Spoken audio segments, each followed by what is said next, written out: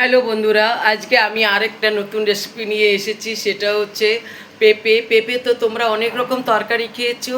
আজকে আমি বানাতে যাচ্ছি পেঁপের ঘন্ট। পেঁপের ঘন্টটা অনেকই কম মশলা দিয়ে তৈরি হয়, খেতে খুব ভালো হয়।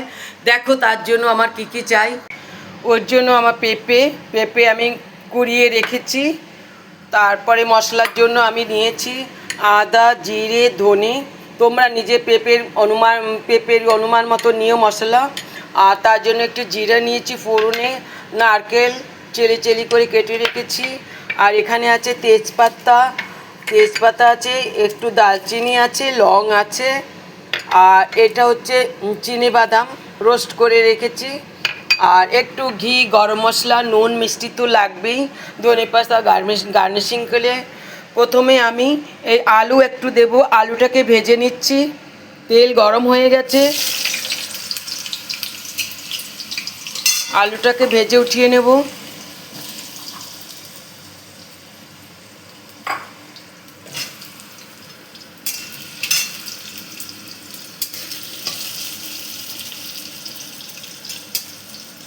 একটু নুন,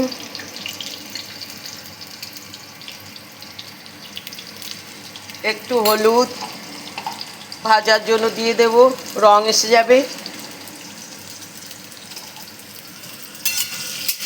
আজকে আমরা মঙ্গলবার হচ্ছে, তাই নিরামিষ খাই। তোমরা যে কোনো একদিন যদি সপ্তাহে নিরামিষ খাও, এই তরকারিটা খেতে পারো বানিয়ে, খুবই ভালো লাগে। আর পেঁপে তো স্বাস্থ্যের জন্য খুবই ভালো। আলুটা যতক্ষণে ফ্রাই হয়ে যাচ্ছে, আমি এইদিকে পেঁপেটাকে রস একদম বের করে ঠিক করে নিচ্ছি। এইভাবে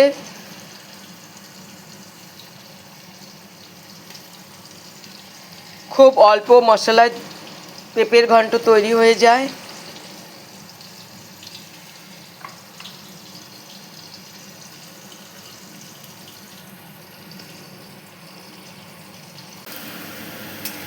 এই দেখো আলুটা আমার লাল লাল ভাজা হয়ে গেছে। আলুটাকে নামিয়ে নেব। ততক্ষণে আমি এই যে পুরো পেঁপেটাকে এইভাবে চিপে নিয়েছি, শুকনো করে নিয়েছি। এবারে আমি আলুটা বের করে নিচ্ছি। এইবারে আমি একটু নিরামিষ তরকারি, সেই জন্য আমি একটু জিরে ফোড়ন দেব, তেজপাতা, লং, এলাচি, দারচিনি দিয়ে আমি যে এই মশলাটা তৈরি করেছি, আদা, জিরে, ধনের গুঁড়ো আর একটু কাঁচা লঙ্কা বাটা, এটা দিয়ে দেব।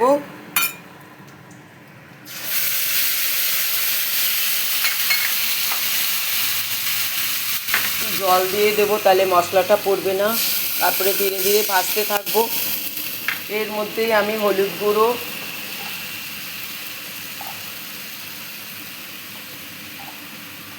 একটু কাশ্মীরি লঙ্কার গুঁড়ো দিয়েছি।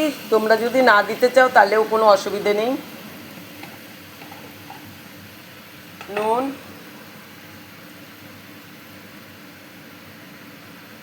দিয়ে মশলাটাকে ভালো করে ভেজে নিই। মশলাটা প্রায় আমার ভাজা হয়ে গেছে, এর সাইড দিয়ে তেল ছেড়ে এসেছে। এইবারে আমি এর মধ্যে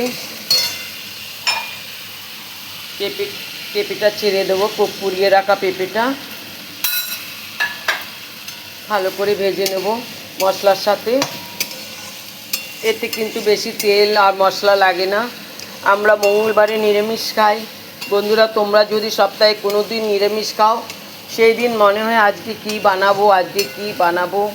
তো আমিও নিরামিষ, এই মঙ্গলবারে আমি নিরামিষ একটা বানাই। তার জন্য তোমরা আমাকে ফলো করো পেজটা, তাহলে দেখতে পাবে আমি নিরামিষ কী কী তরকারি বানাই। তোমরাও তাহলে নিরামিষ যেদিন খাওয়ার হবে, নিশ্চিন্তে আমার পেজটি দেখে তুমি বানাতে পারবে।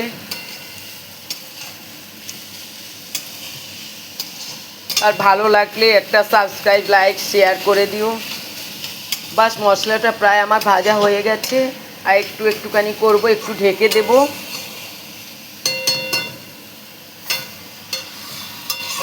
একটু ঢেকে দেব, ঢাকাটা উঠিয়ে দেখি। একটু মিষ্টি দিয়ে দেব। নিরামিষ রান্নায় একটু মিষ্টি দিলে ভালোই লাগে। আর এর মধ্যেই আমি আলুটা দিয়ে দেব। আলুটাও ভাজা হয়ে সেদ্ধ হয়ে যাবে।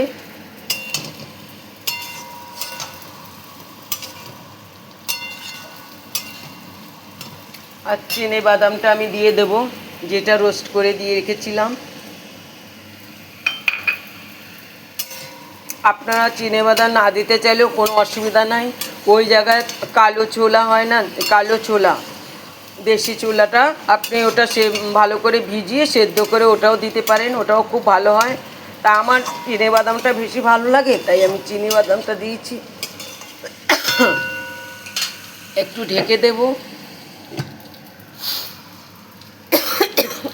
পেঁপেটা এইদিকে হচ্ছে, এইদিকে আমি ওই নারকেলটা একটু ভেজে নেব ঘিয়ের মধ্যে।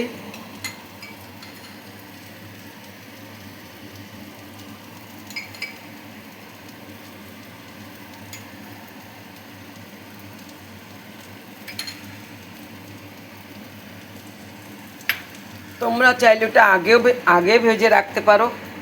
তো আমি ঘিয়ের মধ্যে এর জন্য ভাজছি, ঘিয়ের গন্ধটা, আর ঘি তো একটু দেবই তরকারিতে, এর সাথে নারকেলটাও ভাজা হয়ে যাবে আর ঘিটাও হয়ে যাবে।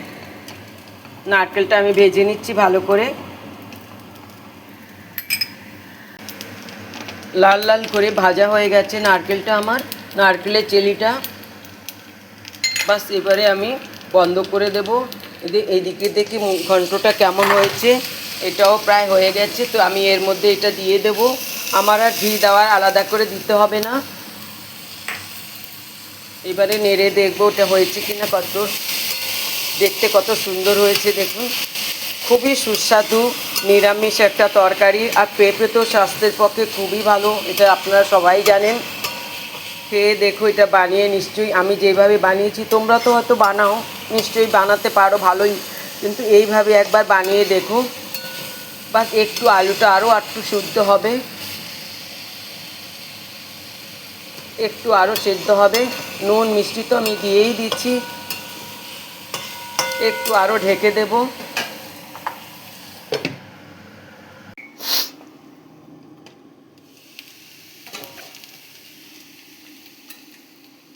পেঁপের ঘন্ট আমার প্রায় রেডি, কারণ কি আলু একদম সেদ্ধ হয়ে গেছে, একদম শুকিয়ে গেছে বন্ধুরা। এটা একদম শুকনো শুকনো তরকারি হবে, একদম হয়ে গেছে। এর উপর দিয়ে আমি একটু ঘি তো আমি দিয়েই দিয়েছিলাম, একটুখানি আমি গরম মশলা অ্যাড করে দেবো, আর একটু ধনেপাতা দিয়ে দেব, দিয়ে একটু নেড়ে নেব। মোরো পেঁপে ঘন্ট আমার হয়ে গেছে, খুব সুন্দর লাগছে দেখতে, খুবই টেস্টি হয় এই খাবারটা খেতে।